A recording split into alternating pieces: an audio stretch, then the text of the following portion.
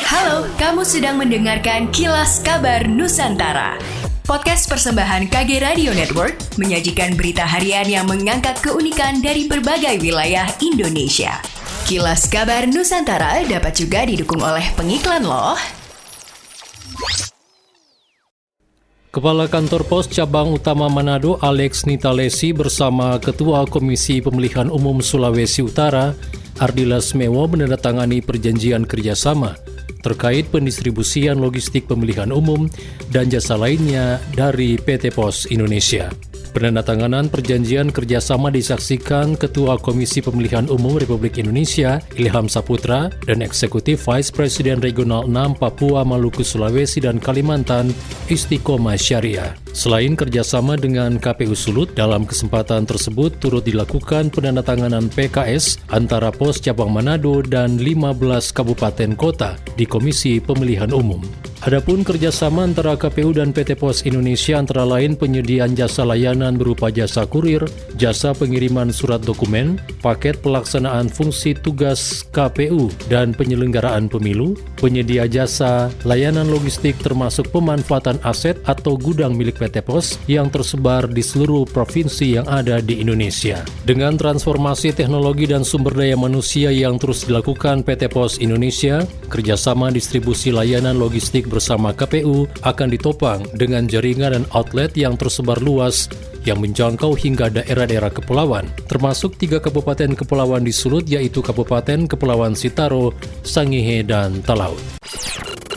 Sedang merintis bisnis baru, ingin menambah perspektif, atau ingin menambah motivasi dan kisah inspiratif? Dengarkan podcast Smart Inspiration hanya di Spotify. Persembahan KG Radio Network, part of KG Media.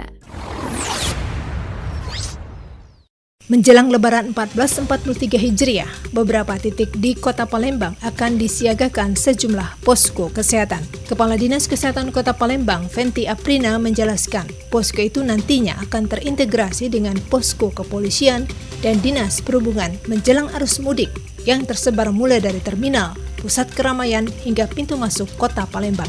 Fenty mengatakan, sesuai dengan syarat mudik yang ditetapkan pemerintah dengan vaksin booster, maka nantinya setiap posko akan disiapkan fasilitas vaksin booster. Sejak ditetapkannya aturan mudik dengan booster, ada peningkatan jumlah masyarakat.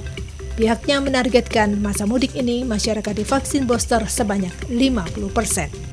PLN siap memenuhi kebutuhan listrik industri smelter di Sulawesi dengan energi hijau. Terlebih potensi energi baru terbarukan EBT di wilayah Sulawesi terbilang sangat melimpah, mulai dari sumber daya air, panas bumi, tenaga bayu, dan lainnya. Direktur Bisnis Regional Sulawesi, Maluku, Nusa Tenggara, dan Papua PLN Adi Priyanto mengatakan, dalam rencana usaha penyediaan tenaga listrik RUPTL 2021-2030, PLN akan mengembangkan pembangkit sebesar 783 MW di wilayah Sulawesi. Dari total pembangkit itu, 51% berasal dari pembangkit EBT atau mencapai 397 MW, sedangkan sisanya adalah pembangkit fosil sebesar 386 MW atau 49%.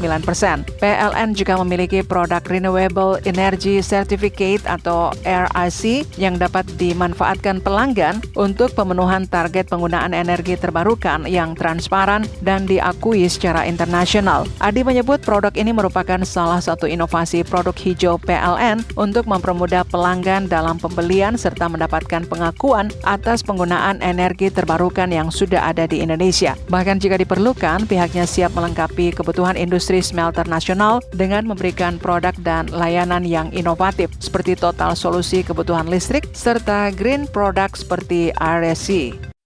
Demikianlah Kilas Kabar Nusantara malam ini.